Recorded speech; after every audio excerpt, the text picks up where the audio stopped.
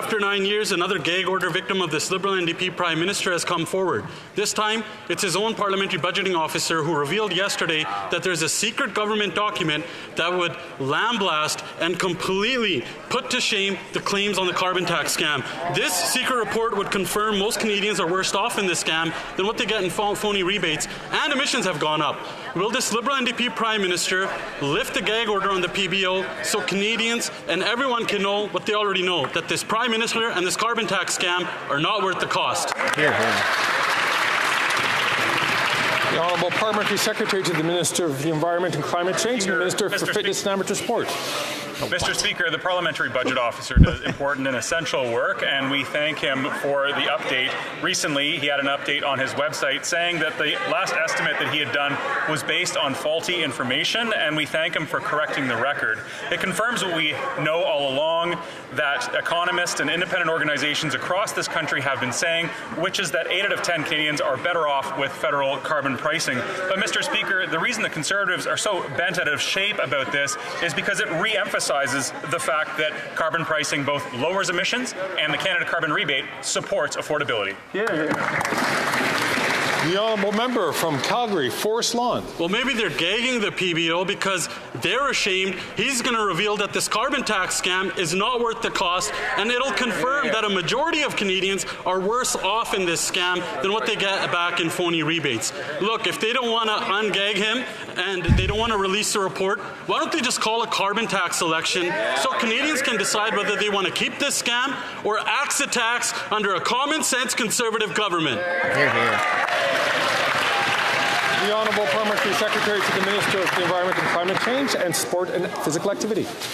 Thank you very much, Mr. Speaker. The Conservatives have clung to this flawed scenario, and they refuse to correct their own misinformation on this very important subject. Mr. Speaker, I would recommend that the Leader of the Opposition maybe go to Carleton over the summer and brush up on his mathematics. However, it's very clear that it's probably elementary school that he needs to go back to. We're talking about adding and subtracting, Mr. Speaker. Need to go back to elementary math just school, isn't adding up these days, but I want to reassure Canadians that on July 15th, the Canada Carbon Rebate will be arriving in their bank accounts or their mailboxes. Thank you, Mr. Speaker. The Honourable Member from Northumberland, Peterborough South. Mr. Speaker, everybody knows in Canada that, except for maybe this NDP Liberal coalition, that they pay more in the carbon tax than they get back in a rebate. It turns out that even this government knew, even the Prime Minister knows, and you want to know why? We know that because the PBO officer said that. When will this government finally release this report and end the carbon tax cover-up? The Honourable Deputy Prime Minister and Minister of Finance. Mr. Speaker, we know and Canadians know that 8 out of 10 Canadians get more money back with the carbon rebate. Freeland, but Mr. Speaker, there is someone who is being gagged, and that is an MP who sits in this House of Commons, the MP for Peace River Westlock. He had the temerity to say out loud what the majority of Conservative MPs believe, which is that a woman should not have the right to choose. Now we know that these Conservatives who campaigned on a price on pollution and are disavowing it will do the same thing with the woman. The Honourable Member from Malpeque. Mr. Speaker, this past weekend I was pleased to join colleagues in Halifax for an announcement in the funding for the Ronald McDonald House Charities Atlantic. Ronald McDonald House serves as a place of comfort and stability for many families across Atlantic Canada in time of need. This weekend's announcement will ensure that Ronald McDonald House Atlantic is the first net zero house in Canada, made possible due to our government's commitment to infrastructure investments and climate action, unlike the official opposition. Can the Minister of Housing, Infrastructure and Communities please speak to the importance of this investment? The Honourable Minister for Housing, Infrastructure and Communities. Mr. Speaker, I want to thank my colleague for joining me in Halifax to visit Ronald McDonald House. The Ronald McDonald House organization is an incredible organization that allows families to make sure that they have a place to be when they're away from home to seek treatment for children who are sick. We had an opportunity while we were there to meet Brittany and Riley, who recently welcomed Finley, their new addition, who arrived a little bit earlier than expected. But because the services being provided allowed them a place to stay, they were able to get the treatment they need. We're investing nearly $3 million to help make the facility more efficient, more accessible, and importantly, double the capacity to serve 1,200 families. I want to say thank you to all the volunteers and the workers who make it possible to have such a wonderful facility. The Honourable Member from Montmagny-Lillet, Kamouraska, Rivière-du-Loup. Mr. Speaker, after 9 years of this Liberal government, life is too expensive and Quebecers are paying the price. Yesterday, the Liberal bloc voted against suspending a carbon tax that would give a break to Quebecers. The Bloc Québécois wants to radically increase taxes that are very expensive for Quebecers. The Parliamentary Budget Officer confirmed to the Finance Committee yesterday that the government has an analysis of the economic impact of the carbon tax. They've kept it secret. When will the Minister publish a secret report that proves that Quebecers are right to ask for a bit of a break this summer? The Honourable Deputy Prime Minister and Minister for Finance. Not her again. Mr. Speaker, at least we get to listen to during the election campaign of 2021, all Conservative MPs promised to put a price on pollution. It was important, especially in Quebec, because Quebecers understand the importance and the severity of climate change. And now we've seen a flip-flop from the Conservatives.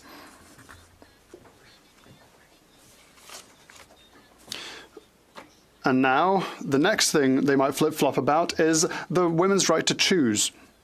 We should be scared of these Conservatives. The Honourable Member from Charleswood St. James, Assiniboia Headingley.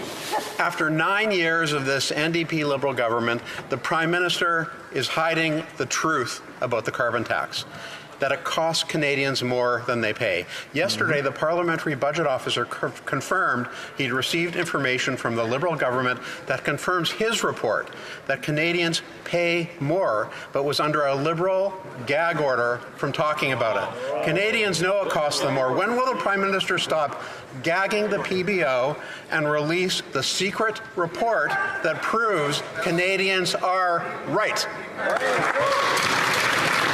The Honourable Deputy Prime Minister and Minister of Finance.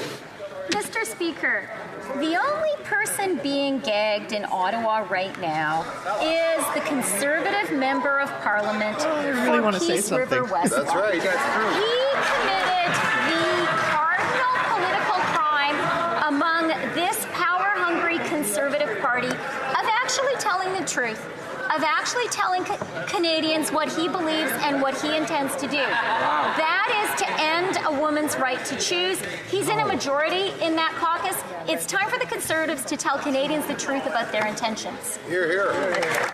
The Honourable Member from Simcoe North. Mr. Speaker, on April 16th, the Liberals announced that they were increasing taxes on the investments of Canadians through an increase to the capital gains tax. Right. That tax is supposed to take effect 3 weeks from today, and Canadians have not seen the legislation yet. Right. One wonders what the government's doing over there. Right. When will the government show small businesses, families, farmers, entrepreneurs, and physicians the text of the bill so that they know how this tax increase will impact them? And basic economics, if you want to increase productivity, reduce taxes, Deputy not Prime increase Minister, them. Minister of Finance. Finally, a good question from the Conservatives. I am so glad to say that we will begin the legislative process to raise the capital gains inclusion rate before the House rises. And one of the reasons that is so important is it will give Canadians a chance to see the true colors of these Conservatives. So far, they have dithered and they have dodged, and they have not said whether they are in favor of asking those who are doing the very best to pay a little more. Soon, they're not going to have a chance to dodge. They're not going to want to stay in this country.